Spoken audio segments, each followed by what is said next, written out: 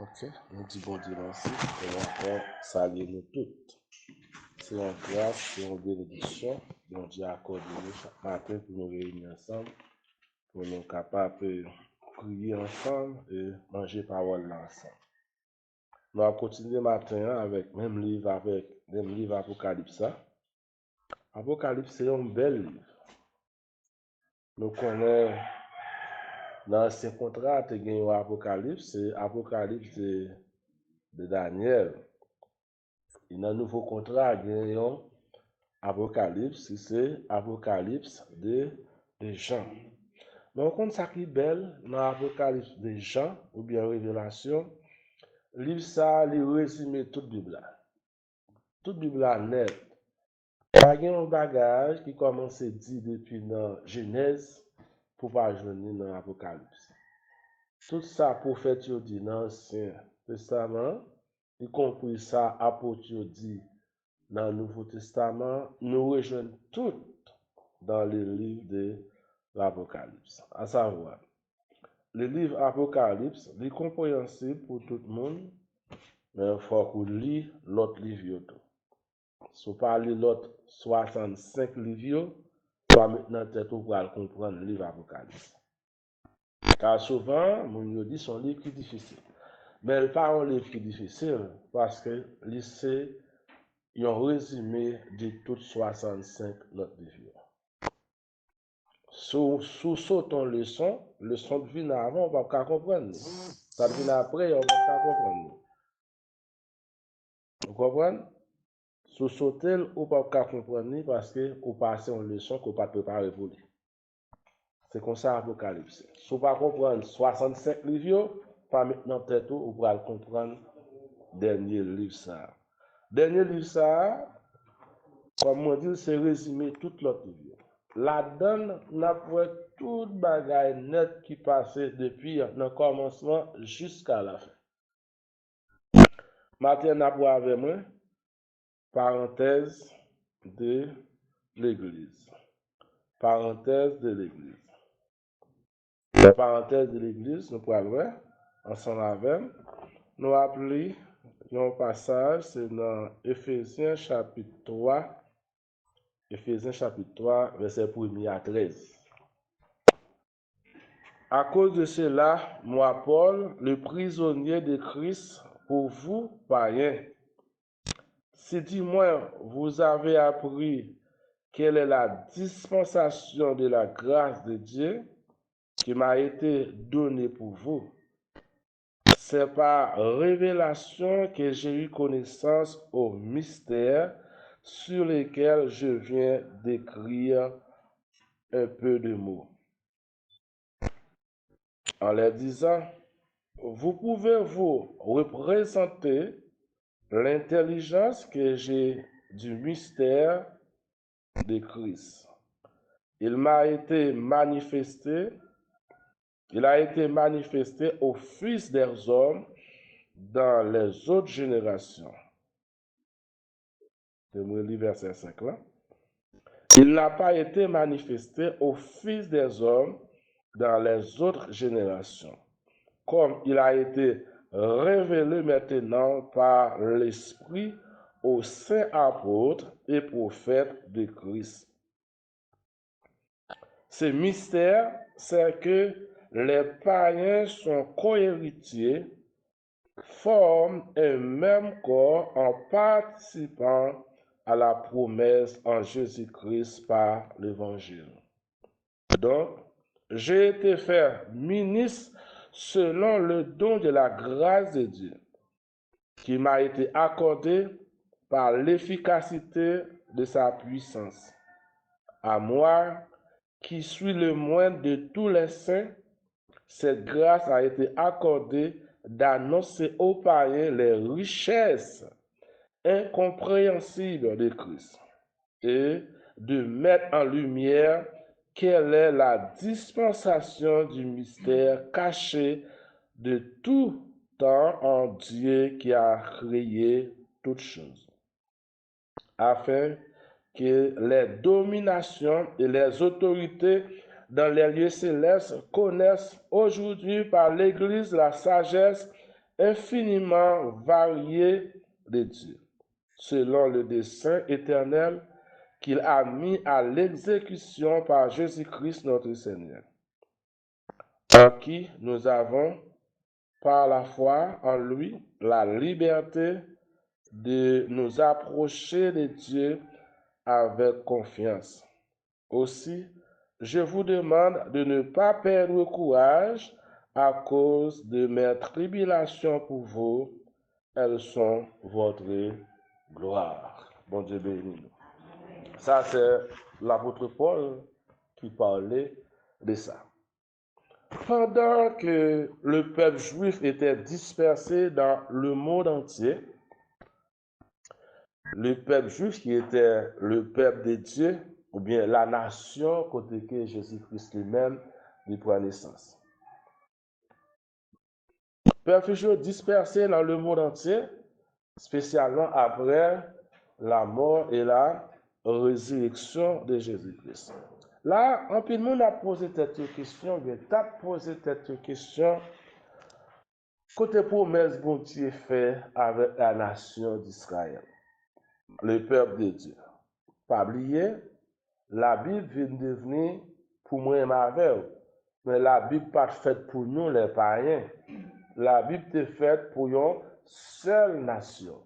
Dans la 4e dispensation, bon Dieu baille le peuple d'Israël, à savoir la Bible, qui commençait par écrit par Moïse et après qui est complété par les autres apôtres, y compris prophètes que bon Dieu était choisi pour ça. Mais promesse là, c'est pour Israël. Mais Jésus-Christ venu, alors Jésus-Christ mourit, n'est pas encore établi royaume là, et après la mort de Jésus-Christ, eh bien, le peuple ça, lui encore retourné dispersé dans le monde entier. Toute nation aux alentours, il a posé cette question, côté promesses qui ont été faites avec le peuple d'Israël. Où sont les promesses de Dieu? Mais là, il y a une raison bien fondamentale. Le Nouveau Testament nous dit c'est la parenthèse de l'Église.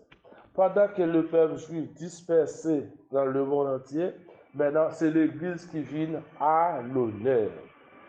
Ce n'est pas le peuple d'Israël qui devient le peuple de Dieu maintenant, parce que le peuple d'Israël est dispersé dans le monde entier.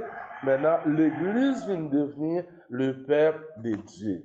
Mais à savoir que l'Église en tant que le peuple de Dieu, ce n'est pas le peuple terrestre, mais c'est le peuple céleste. Dans Éphésiens chapitre 3, moi saute pour nous là, l'apôtre Paul dit que l'Église est une unité qui est composée de tous les croyants. L'Église est composée. L'Église, c'est une unité qui est composée de tous les croyants, mais les croyants en Christ. À savoir, avant la naissance de Jésus-Christ, la Bible pas encore pour nous les païens. Mais après la mort de Jésus-Christ, la Bible devient pour tout le monde sur la terre. Eh bien, ça te passe. L'Église également, pas vient devenir seulement pour les Juifs ou bien pour le peuple d'Israël, mais l'Église pour tout le monde qui a accepté Christ comme sauveur, comme maître. C'est que ça, l'apôtre Paul dit, nous.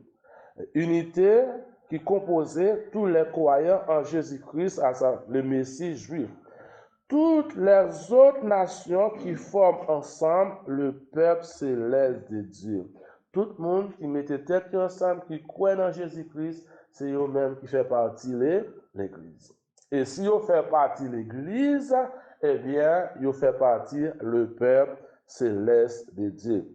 L'apôtre Paul, dans Éphésiens, l'apôtre Paul, dans Éphésiens chapitre 3, il dit l'Église, c'est un mystère. Un mystère.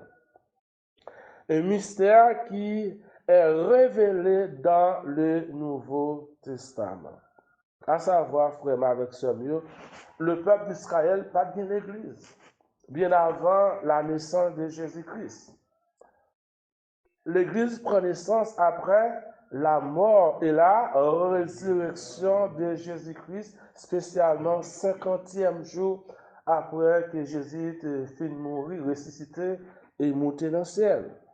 Eh bien, dans tout Ancien Testament, pas un prophète qui te une révélation de l'Église. Parce que l'Église, c'était un mystère. Un mystère, son bagage qui est caché.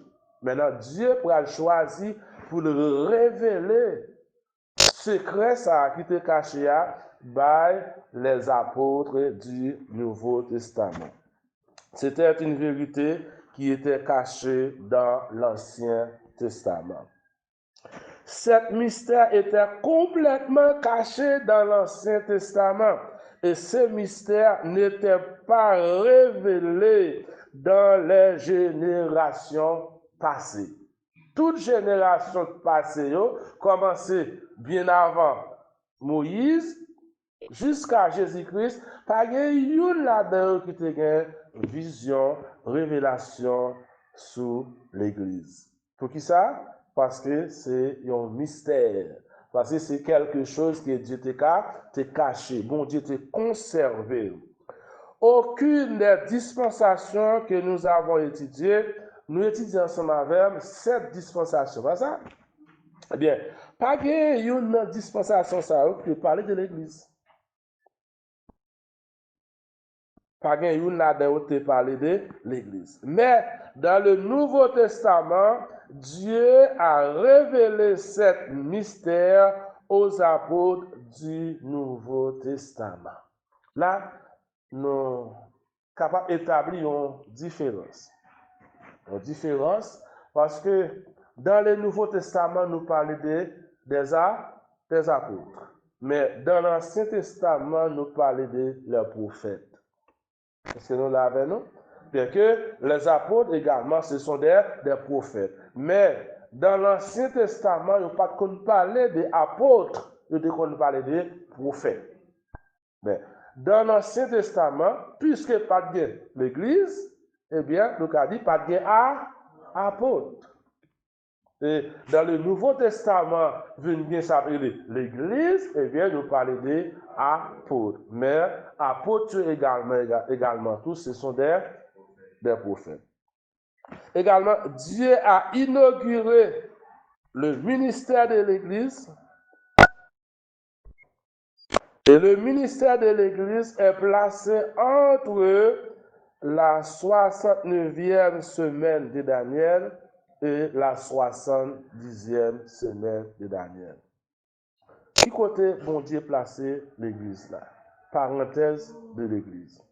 Parenthèse de l'Église, lui placé entre la 69e semaine et la 70e semaine de Daniel. L'Église pas fait partie des 69e semaine de Daniel. L'Église pas fait partie également de la 70e semaine de Daniel.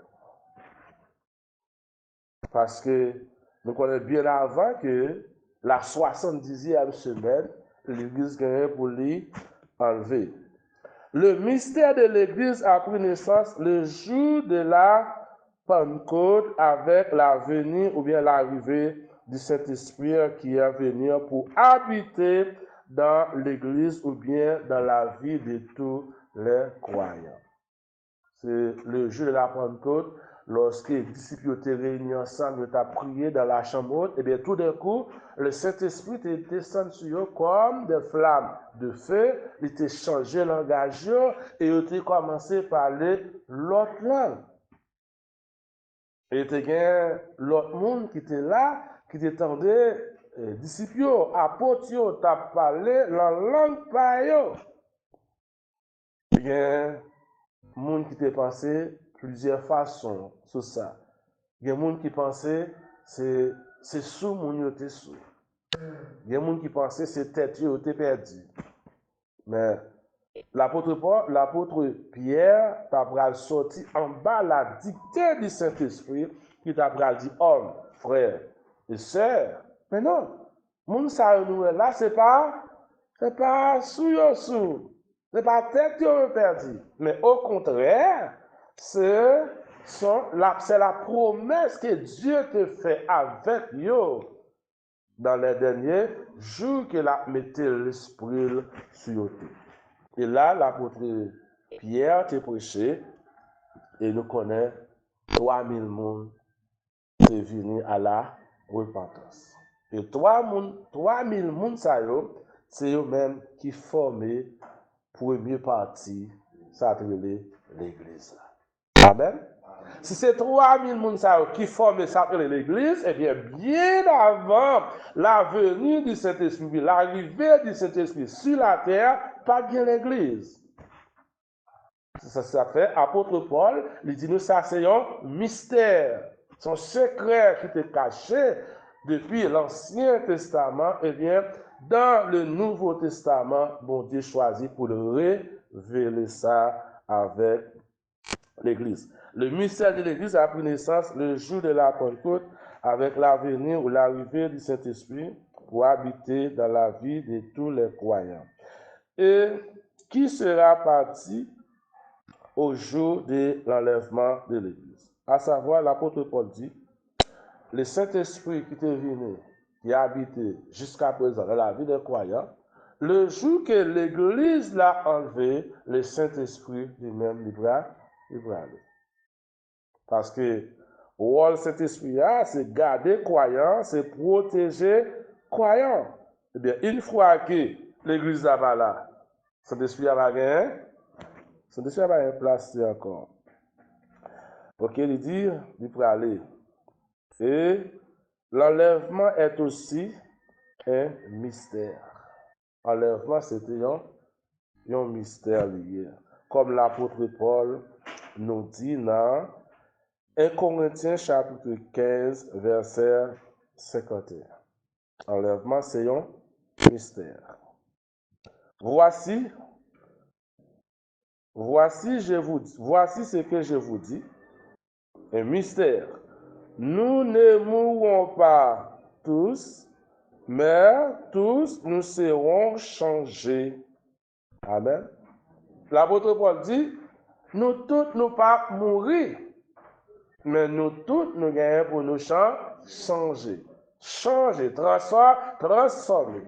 Car nous connaissons, lorsque la trompette là va sonner, qui va rassembler les croyants, eh bien, ça qui était déjà mort en Christ, nous connaissons, il y a pour changer. Il a recevoir encore, il a changé. Eh bien, le mort en Christ, il a recevoir encore qui est capable de permettre pour monter. Et nous, les vivants, à même quoi on a monté, qui fait partie de l'église. Non, nous-mêmes, tout, quand nous avons changé, nous avons recevoir notre corps. Et avec ça, nous disons encore glorieux, eh bien, nous allons rencontrer maintenant, sauver nous, qui c'est Jésus-Christ. On a habité ensemble avec l'ancien là pour un petit temps. Le Saint-Esprit repartira lorsque l'Église sera enlevée. Je dis ça à l'heure. Le Saint-Esprit a parti lorsque l'Église là a allé. Pas mettre ça dans la tête nous. Lorsque nous-mêmes comme chrétiens, qui fait partie de l'Église plus là qui est là sur la terre aujourd'hui, lorsque nous-mêmes nous allons avec le Saint-Esprit sur la terre, non. Pas bien Saint-Esprit sur la terre. L'apôtre Paul également, il dit nous ça dans 2 Thessaloniciens chapitre 2, verset 6 et verset 7. Nous baillons verset, nous prenons un petit temps de chercher verset, parce qu'il y a des gens qui ne connaissent pas verset. Mais l'homme fait étude là pour nous, pour faire formation pour nous. Nous-mêmes, nous attendons il faut noter verset pour nous vérifier, pour nous lire verset biblique. Vous comprenez? Pour ce n'est pas parole, pas mon Dieu, ce n'est pas idée, pas m'a fait passer. Mais ça, c'est l'enseignement de la parole de Dieu. Maintenant, nous sommes capables de poser une question. Nous pouvons nous poser une question. Pourquoi l'Église sera-t-elle enlevée? Est-ce que l'Église n'a pas à l'aise ici-bas? Non. On pense que l'Église est à l'aise. Eh bien, si vous comprenez, je dis à là, toute l'Église a une seule prière qu'elle a fait. Il a demandé le Seigneur Jésus pour le retourner, pour venir chercher l'église là. Alors, la terre qui chaud, est-ce que la terre chaud pour l'église là tout? Oui, certainement, la terre chaud pour l'église là. Parce que nous pas la caille. Prière, nous chaque comme croyants, qui fait partie de l'église Christ là, c'est nous devons prier, bon Dieu, pour demander bon Dieu, pour venir chercher l'église là. Parce que bagay nous est capable de passer sur la terre, genou pas capable de garder yo encore.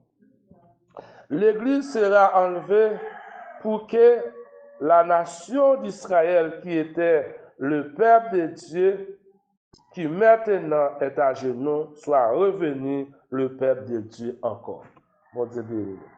Une première raison fondamentale qui fait l'église a enlevé.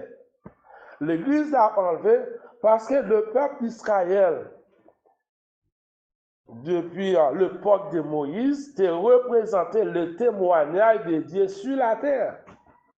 Mais avec la naissance de l'Église, qui formait de tout croyant, toute nation, et bien, le peuple d'Israël à genoux. C'est ça l'apôtre Paul fait nous connaître dans Romains chapitre 9, chapitre 10, chapitre 11. L'apôtre Paul fait nous connaître le peuple d'Israël qui c'était le témoignage de Dieu sur la terre, et bien le peuple ça, bon Dieu mettait à genoux. Le peuple d'Israël fait des ordres, bon Dieu mettait à genoux. Même genre, les nouveaux petits qui fait des ordres, nous calait, nous mettait à genoux. Eh bien, le peuple d'Israël, bon Dieu mettait à genoux parce qu'il fait des ordres. Nous avons ouais, quelques des ordres qu'il fait. Jésus-Christ venu en tant que Messie pour eux-mêmes, ils ne pas recevoir. C'est ça qu'ils fait. Ils prennent, ils arrêtent lui, ils battent lui bien battent. Après ça, ils remettent lui les soldats romains qui étaient occupés à cette époque pour les Romains ils tuer. Mais, puisqu'il était venu pour eux, ils ne pas recevoir, eh bien, bon Dieu mettez à genoux et bon Dieu choisit notre peuple qui c'est l'Église. Mais l'apôtre Paul dit non, bon Dieu n'a pas abandonné le peuple d'Israël. Et ça fait, l'Église a remplacé Israël. Il y a des gens qui disent l'Église remplacé Israël. Depuis le 4e siècle, c'était enseignement, il dit l'Église remplacé Israël. Mais l'apôtre Paul fait nous connaître dans Romains chapitre 9 à chapitre 11, l'Église nulle part pas remplacer le peuple d'Israël. Et ça fait l'Église doit partir pour que le peuple d'Israël capable de retourner encore le peuple de Dieu sur la terre. Et nous connaissons également la 70e semaine, la seule semaine qui est réservée, qui peut accomplir dans la 70 semaines de Daniel, eh bien, semaine ça, il pourra accomplir avec le peuple d'Israël.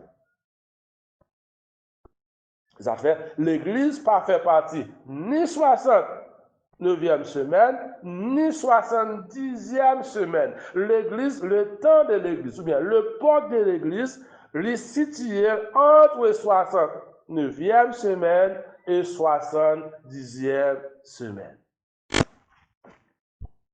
Ça fait la 70e semaine de Daniel, il pourra commencer le jour que l'église l'a enlevé. Mais tout en l'église là, la 70e semaine de Daniel, il n'a pas qu'à commencer.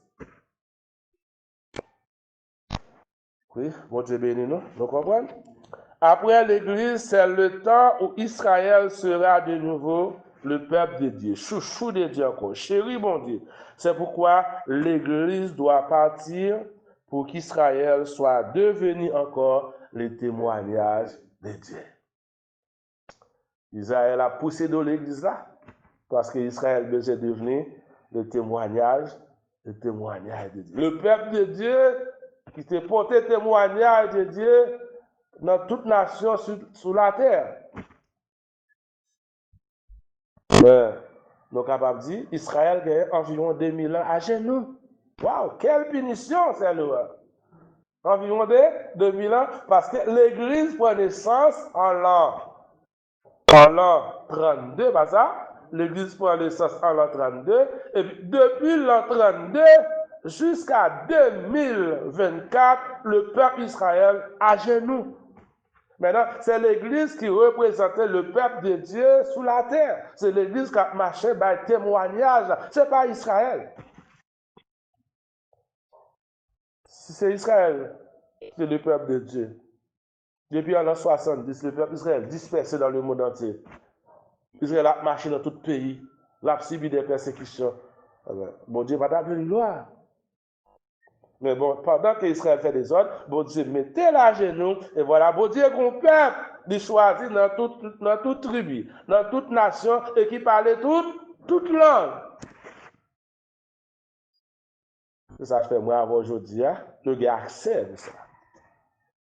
Nous avons accès pour nous bailler bon Dieu gloire, nous avons accès pour nous bénir bon Dieu, parce que nous sommes le peuple de Dieu. Ne pas oublier, nous avons pour nous aller. Et là, nous finissons aller. Qui est-ce qui a remplacé nous sur la terre? Pas besoin de faire dire, c'est Israël. C'est Israël qui va remplacer nous sur la terre, parce que nous-mêmes, nous ne venons pas là. Le temps de l'Église est terminé. Maintenant, c'est le temps pour que le peuple d'Israël retourne encore le peuple de Dieu. Pour le moment, Israël n'est pas considéré comme le témoignage de Dieu sur la terre, mais l'Église qui est là pour un temps limité. Maintenant, c'est mais l'Église là pour un temps limité. Pour qui ça un temps limité? Parce que l'Église a dû partir pour que le peuple d'Israël retourne encore. Notez bien, pour un temps limité. Après l'enlèvement, Israël sera de nouveau le témoin de Dieu sur la terre.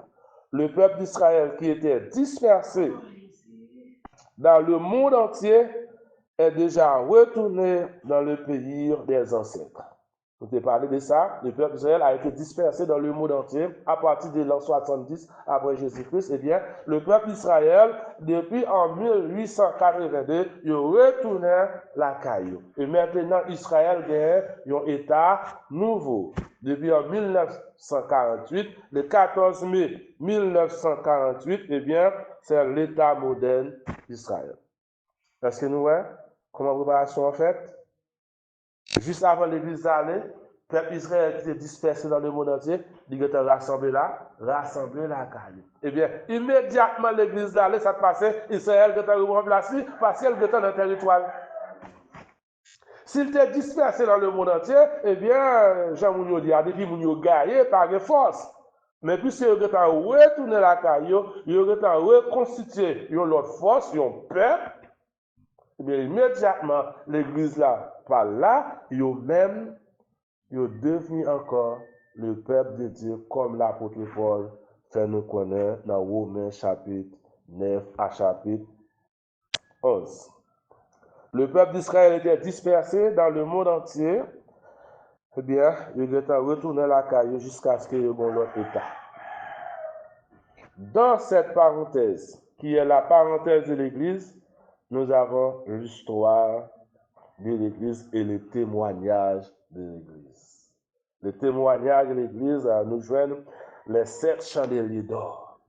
Alors, qui est-ce qui raconte l'histoire de l'Église? C'est l'apôtre Jean, avec les 7 églises.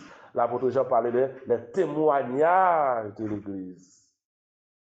C'est vrai, Israël gagne une histoire, mais l'Église a certainement gagne une histoire. Et depuis en l'an 32 jusqu'à 2024, c'est l'histoire de l'Église. Ce n'est pas l'histoire du peuple d'Israël. C'est l'histoire de l'Église et qui couvrait le monde entier. Voilà, je dis, la Bible traduit environ en 2800 langues. Chaque nation, chaque peuple, il y a une Bible écrite dans la propre langue. Quelle que soit la langue parlée ou bien la langue non parlée. La Bible traduit environ dans 2800 langues. Est-ce que nous-mêmes nous avons une Bible là? Nous parlons créole, nous avons une Bible là. Nous avons une version créole, nous avons une version française. C'est-à-dire, si nous parlons de parole, bon Dieu, c'est pas bon Dieu, mais la technologie, le monde avancé, eh bien, il fait tout ça pour faire pour que nous-mêmes, nous capables de Bible là, la langue parlée. La 69e semaine, année de Daniel, est arrêtée le dimanche des Palmiers. Bon Dieu béni, non? La 69e semaine de Daniel, qui l'a campé? Dimanche des Palmiers, ou bien dimanche des Rameaux. Nous connaissons ça qui est passé dimanche ça. C'est dimanche ça, Jésus-Christ est entré à Jérusalem. Et là, les Juifs ont été recevoir comme étant le prince. Comme étant le prince. Avec la rentrée de Jésus-Christ à Jérusalem comme prince. Mais quelques jours plus tard, nous avons tué le prince là. Après, c'était le temps de la Pentecôte. Le temps de la Pentecôte, nous joignons dans Actes chapitre 2, côté que docteur Luc lui-même, il raconte nous comment l'église là, lui prend naissance. Et également, l'apôtre Paul lui-même, spécialement dans le livre Éphésiens, il explique nous que l'église là, c'était un mystère qui était caché dans l'Ancien Testament. Après la 70e semaine, après l'église a fini enlevée, la 70e semaine de Daniel reviendra après l'enlèvement de l'église. Le reste de la semaine de Daniel reviendra, comme nous dit. L'église ne fait pas partie des semaines de Daniel. Ni 69e semaine, ni 70e semaine de Daniel. Connaissez ça bien, elle a parlé, elle a enseigné pour nous connaître, ou bien elle a fait étude pour nous connaître. L'église pas fait partie de la 70e semaine de Daniel. L'église, c'est une parenthèse vraiment spéciale. La période de l'église, selon la Bible, est appelée le dernier jour. La période de l'église, selon la Bible, est appelée le dernier jour. L'apôtre Paul, l'apôtre Pierre, disons, il cite ça également. Le jeune, d'après le prophète Joël, Joël chapitre 2, verset 28, que le prophète Joël dit, au dernier jour, bon Dieu a mis l'esprit sur toute chair. Également, Pierre rapporte ça également dans Actes chapitre 2, verset 17 à verset 18. Il parlait des derniers jours. Le temps où nous sommes, c'est le temps de l'accomplissement de la prophétie de Dieu. La prophétie, c'est la parole. Tout ça m'avons vivre là, c'est temps nous prophétie accomplie. Mais connaissez ça, toute prophétie nette pour qu'on fin accompli.